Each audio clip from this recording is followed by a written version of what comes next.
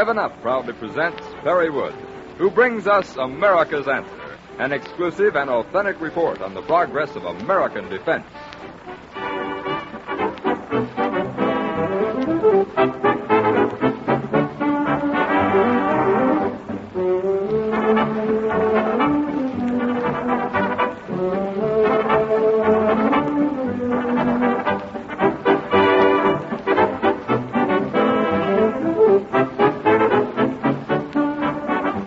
Presenting Perry Wood. Thank you, Gene Erickson. Good evening to you all. This program tonight is transcribed because it just so happens that I will have to be out of town tomorrow, Tuesday night. But I'll be back again Thursday. But I got to fooling around, as I do, and I looked up two words.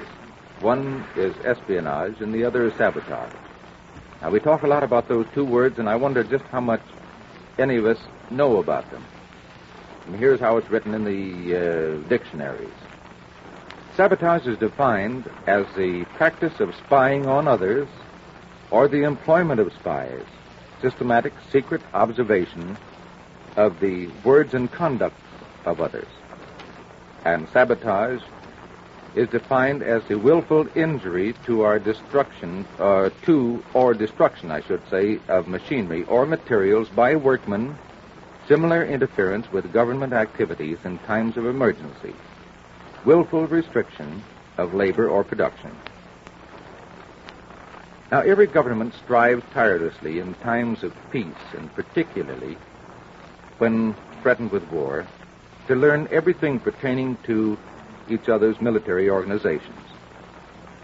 The United States is covered with a net of foreign agents who, under the direction of their own intelligence services, are detailed to the performance of espionage assignments according to a comprehensive plan.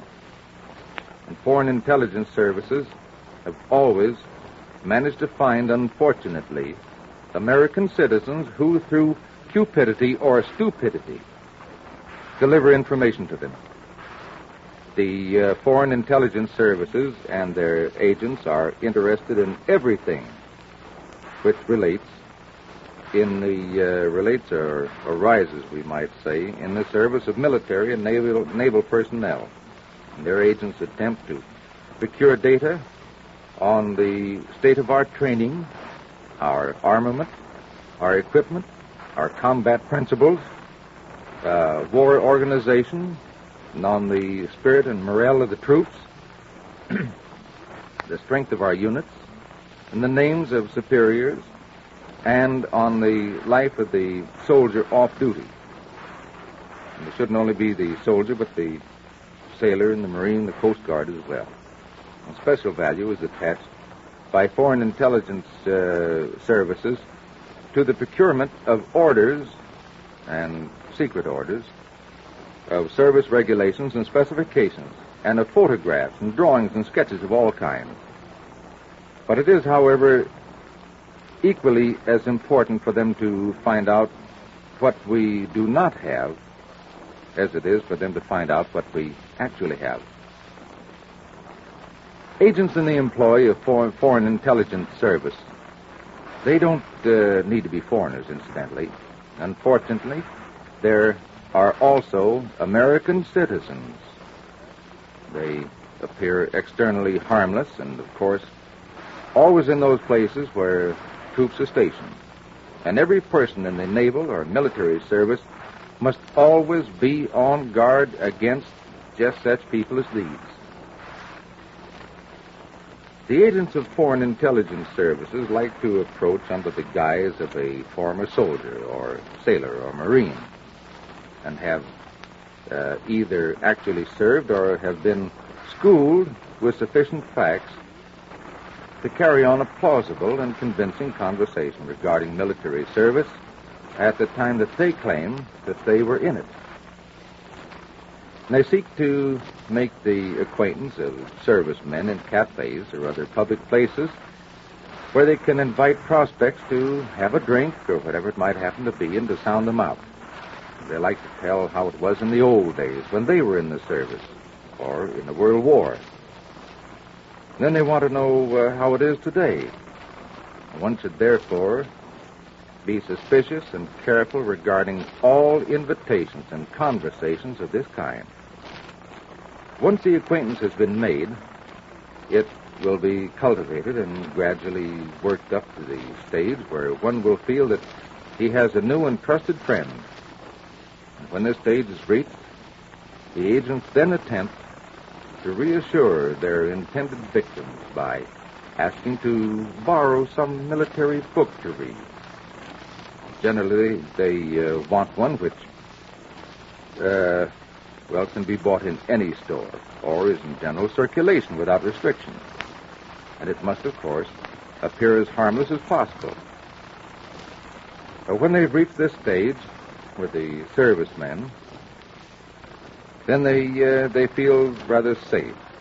And then they appear with other requests, such as service orders, and, service leaflets, service regulations and specifications, or service drawings and sketches are desired, as we'll say, only a matter of interest.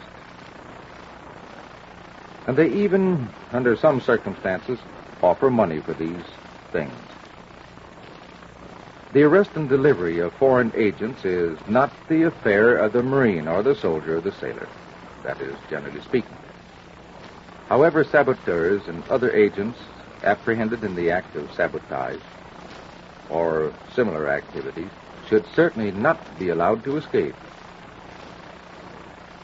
The serviceman is not a criminal official, we'll say, and in most cases, when he has promptly and intelligently reported suspected saboteurs or agents to the proper authorities, he has done his duty. That's the end of that.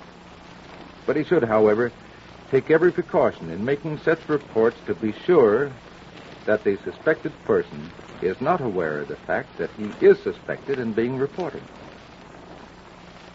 This is advisable for two reasons.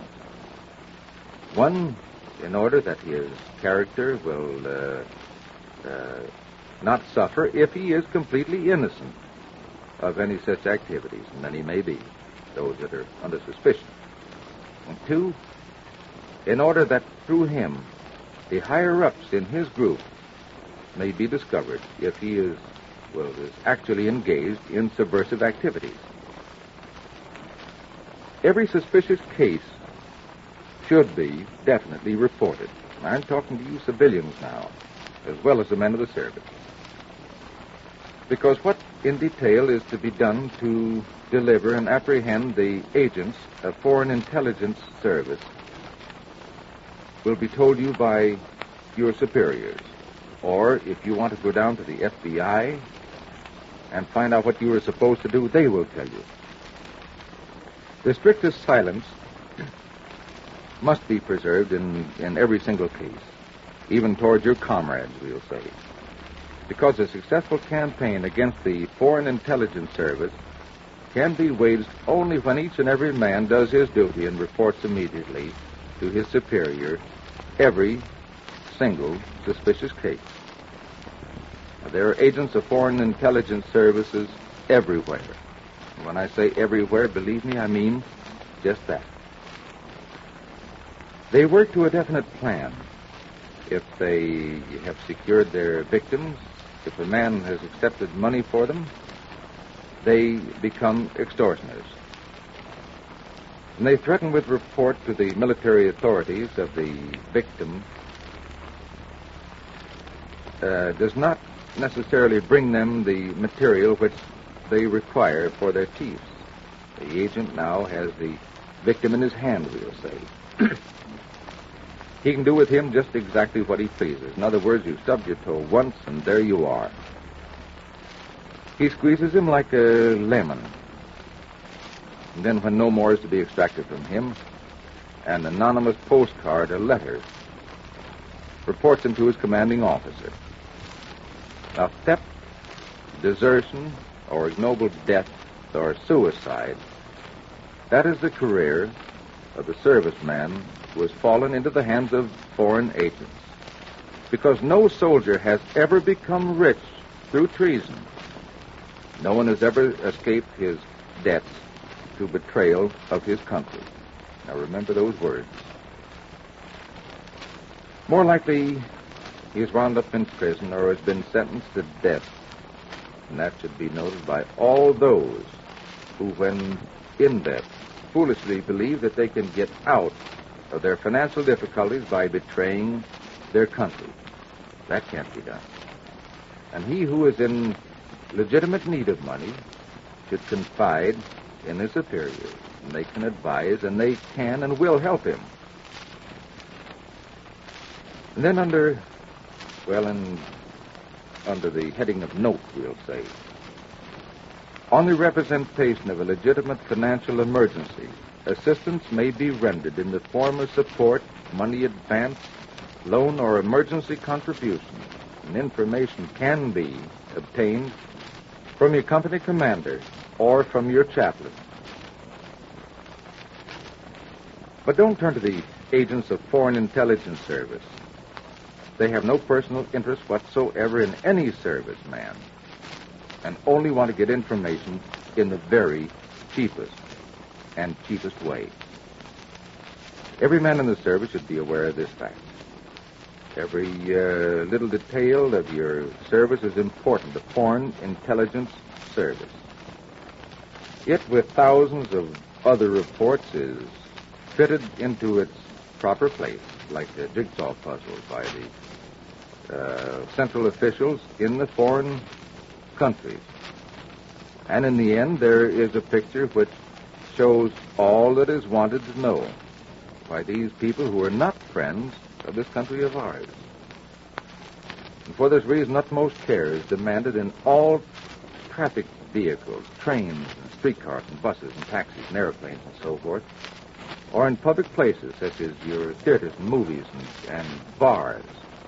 And don't talk about the service in the canteens or barbershops of even your own barracks. Now, that sounds silly. But always remember, the enemy is listening in while you are talking. Be suspicious about former acquaintances and friends. It's much better to be cautious at all times than at just one time. And never write that which you already don't dare speak. Divorce yourself from certain self-importance. And this applies especially to men assigned to aviation, parachute troops, communication duties, and artillery. They must be able to control themselves. An old war principle which has proved itself for ages is endure, preserve, and shut up. There are orders in force restricting photographing. Now, please, govern yourselves accordingly, everybody. Don't photograph secretly. Well, I see that our time is just about up now, but we will continue with this discussion again next Thursday evening. And so until then, good night to you, and a happy landing.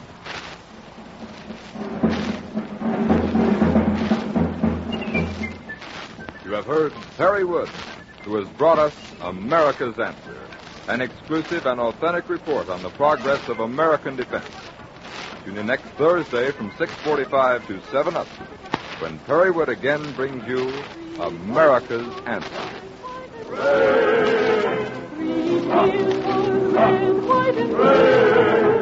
For freedom and liberty forever. Cheers for the red, white, and blue.